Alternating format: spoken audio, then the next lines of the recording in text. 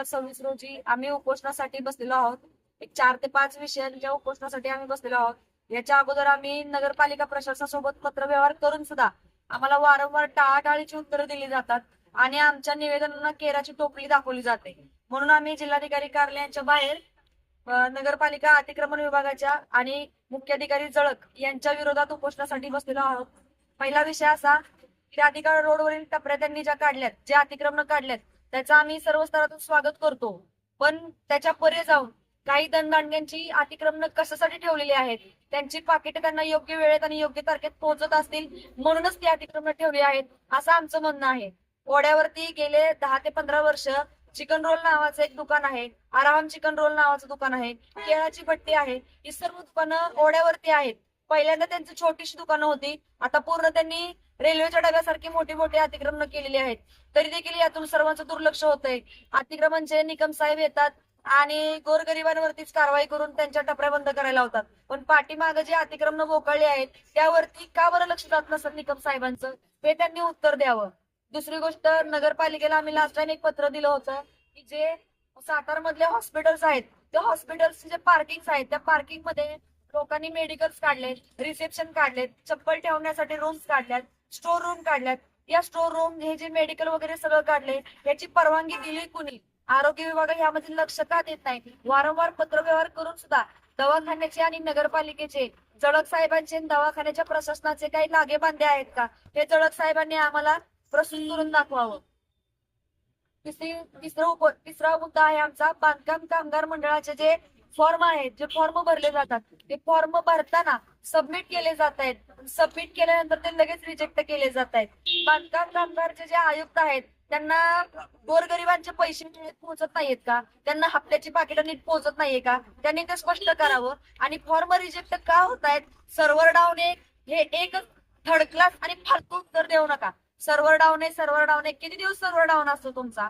कितीतरी लोक असे आहेत ज्यांना ची गरज आहे ती त्यांच्यापर्यंत पोहोचत नाही आणि गाडीमधनं माणसं येत आहेत, मोठ्या मोठ्या 4 व्हीलर्स मधनं येत आहेत आणि त्याच्यातून ते बांधकाम कामगाराचे किट जात आहेत. आम्हाला दिसत नाहीये का? आम्हाला दिसतंय ते आम्ही पत्रावर सांगतोय, पण तुमचे डोळे कुठे गेलेत? तुम्ही ते बघून तर पाहिजे ना. संबंधितांवरती पटकन लवकरात लवकर योग्य ती कारवाई करण्यात यावी.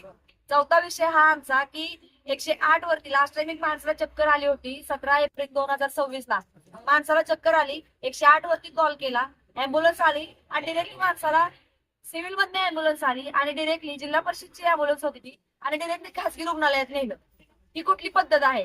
म्हणजे तुम्ही सिव्हिलची शासकीय यंत्रणा मागवताय आणि ती डायरेक्टली खासगी हॉस्पिटलमध्ये जाते, कसं काय? म्हणजे यातून सिव्हिल सर्जन यांचे आणि खासगी हॉस्पिटल यांचे लागेबांधे दिसून येत आहेत, त्यांचे संबंध दिसून येत आहेत. अंतर्गत परस्पर फोनाफोनी यांची चालू असते. त्यांचे सीडीआर तपासून घ्यावे, कॉल रेकॉर्डिंग तपासून घ्यावे आणि सर्व अधिकाऱ्यांची फेर आणि कसून चौकशी करण्यात यावी आणि या चौकशी अंतर्गत सर्व जे कोण अधिकारी असतील त्यांच्यावर कडक कारवाई करण्यात यावी. सहावा विषय आमचा हा सैदापूरमध्ये जिल्हा प्राथमिक शाळा आहे. सैदापूरची शाळा संवर्धनासाठी प्रशासन भरपूर जबाबदारी घेत आहे, पण तेथील एक जबाबदार आणि नाममात्र मुख्याध्यापिका, त्यांचं नाव आहे झुंजार मॅडम. या झुंजार मॅडमची नुकतीच आता आठवड्याभरापूर्वी बदली झालेली आहे.